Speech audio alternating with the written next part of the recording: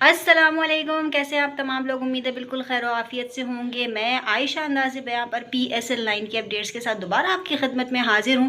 कल बड़ा ज़बरदस्त मैच खेला गया लाहौर के कज़ाफ़ी स्टेडियम में और कोयटा ग्लैडिएटर्स प्रूव कर रही है कि वो one of the most favourite team बन सकती है PSL 9 की। जिस तरह की परफॉर्मेंस हमें देखने को मिल रही है, पहले मैच में भी बड़ी शानदार परफॉर्मेंस थी और कल के मैच में भी बिल्कुल ऑल राउंड परफॉर्मेंस दी है उन्होंने।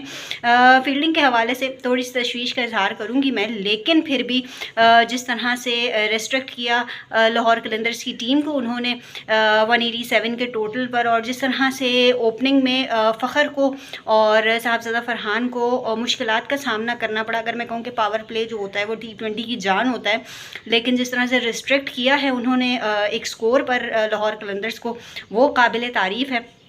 बहुत ज़बरदस्त बॉलिंग हमें देखने को मिली।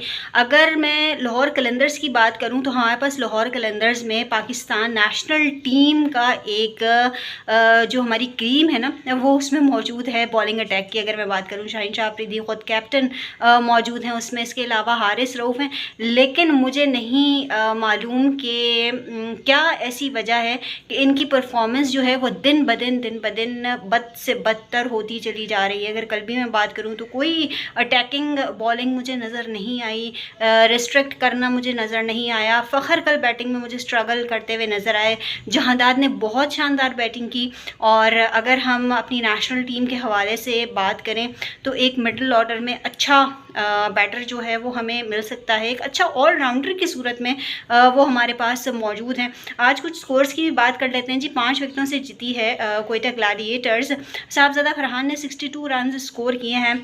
उसके अलावा 17 गेंदों पर 45 नॉट आउट, बहुत शानदार इनिंग्स खेली जहांदाद खान ने। सिकंदर रज़ा ने 18 रन स्कोर किए। कल टीम में इनको शामिल किया गया, जैसे कल मैं बात कर रही थी कि एक अच्छे ऑलराउंडर की सूरत में एक अच्छा इजाफा होगा सिकंदर रज़ा का। अच्छा जी,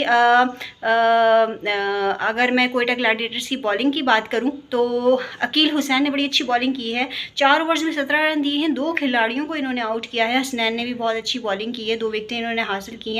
कैच ड्रॉप किया था इन्होंने, काफ़ी गुस्सा जो है वो हुए थे बॉलर इन पर मोहम्मद आमिर, और मोहम्मद आमिर ने 1 विकेट हासिल की है 33 रन देकर। अगर ख्वाजा नाफे की बात की जाए तो बड़ी ज़बरदस्त परफॉर्मेंस दी है ख्वाजा नाफे ने, और एक अच्छे प्लेयर की सूरत में ये हमें नज़र आए हैं। 31 बॉल्स पर 60 नॉट आउट इनका स्कोर रहा है। सऊद शकील ने फिर एक बार ख़ुद को प्रूव किया है और 40 रन स्कोर किए हैं। जैसन रॉय ने 24 रन बनाए हैं। तो एक अच्छा अगर बैटिंग अटैक हम कहें या बॉलिंग अटैक भी हम कहें कोयटा की तरफ से तो बड़ा ज़बरदस्त आ रहा है। सिकंदर रज़ा ने लाहौर की जानिब से 1 विकेट ली है, सलमान फयाज़ ने 1 विकेट ली है और जमान खान ने 1 विकेट ली है। तो मैं ये समझती हूँ कि जो हमारी एक क्रीम है पाकिस्तानी टीम की, जिसको हम एक फ़ास्ट बॉलिंग क्रीम कहते हैं, या हम में से बहुत से लोग इस बात पे इत्तफाक भी करते हैं कि वसीम और वकार की जो जोड़ी थी वो अगर हम बात करें तो शाहीन और हारिस की नज़र में हमें शाहीन और हारिस के रूप में हमें नज़र आती है। मैं आज बहुत ज़्यादा फंबल कर रही हूँ क्योंकि मैं परफॉर्मेंस से काफ़ी ज़्यादा परेशान हूँ कि एक क्रीम जो हमारी नेशनल टीम की है उसकी अपनी विकेट्स पर इस तरह की परफॉर्मेंस है। और दूसरी अगर मैं लीग्स की बात करूं तो वहां पर जाकर जो एक्सपीरियंस लिए जाते हैं वो किस वजह से लिए जाते हैं कि आपकी अपनी जो टीम्स हैं उनके ख़िलाफ़ आप इस तरह का परफॉर्म करेंगे। मुझे नहीं समझ में आ रहा क्या वजूहत हैं। और शाहीन का एक बयान भी गर्दिश में है कैप्टनसी के हवाले से।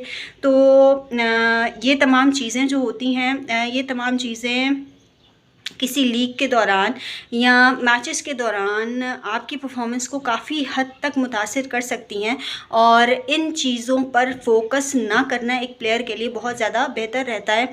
तो अगर मैं बात करूं टैलेंट हंट की तो टैलेंट आ रहा है हमारे पास जहांदाद की सूरत में, नाफे की सूरत में बहुत अच्छी इनकी परफॉर्मेंस रही है। सलमान फयाज़ की परफॉर्मेंस बेहतर रही है। जमान खान थोड़े से उनके ऊपर क्वेश्चन मार्क आ रहा है।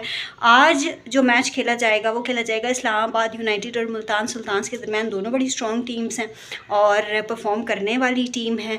तो देखते हैं आज का मैच किस तरह का होता है और किसका पलड़ा भारी रहता है। मैं थोड़ा सा डिसअपॉइंट हुई हूँ कल के मैच के बाद, और मुझे लगता है कि कहीं ना कहीं कोई ना कोई लैकिंग आ रही है। बहुत से लोगों को मैं ये कहते हुए सुन रही हूँ कि राशिद खान की वजह से थोड़ा सा प्रॉब्लम आ रहा है, या आपने अपना जो एक 2 दफ़ा आप चैम्पियंस ये के बाद दीगरे बन गए, उसके बाद आप में जो है वो रिलैक्सेशन बहुत ज़्यादा आ गई है, तो मे बी ये पॉइंट्स हों, लेकिन कहीं ना कहीं लैकिंग ज़रूर है और उस लैकिंग पर आपको काम करना पड़ेगा अगर आपको PSL 9 में भी अपनी परफॉर्मेंस को बरकरार रखना है। एक प्लेयर के जाने से या एक प्लेयर के आने से फ़र्क नहीं पड़ता, हर शख्स को अपना 100% देना है। ये मैं नेशनल टीम के लिए भी बात करती हूँ और ये मैं हर टीम के लिए बात करती हूँ।